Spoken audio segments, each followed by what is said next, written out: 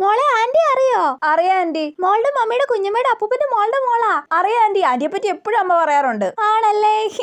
അമ്മ എന്തിയാ മോളെ? അമ്മതേ അവിടെ നിപ്പുണ്ട്. ആണോ? ഞാൻ കണ്ടില്ലായിരുന്നു കേട്ടോ. ഞാൻ ഇപ്പൊ വന്നതേ ഉള്ളൂ. നിങ്ങൾ നേരത്തെ വന്നായിരുന്നോ? ആ, കുറച്ചു നേരത്തെ വന്നതാ. ആണല്ലേ? കല്യാണ പെണ്ണിന്റെ മമ്മി മോളുടെ മമ്മി ഞാനും ഒക്കെ ഒരുമിച്ച് പഠിച്ചതാ. ആ, എനിക്കറിയാം ആന്റി. കൊറേ കഥകളൊക്കെ അമ്മ എപ്പോഴും പറയാറുണ്ട്. ആണല്ലേ?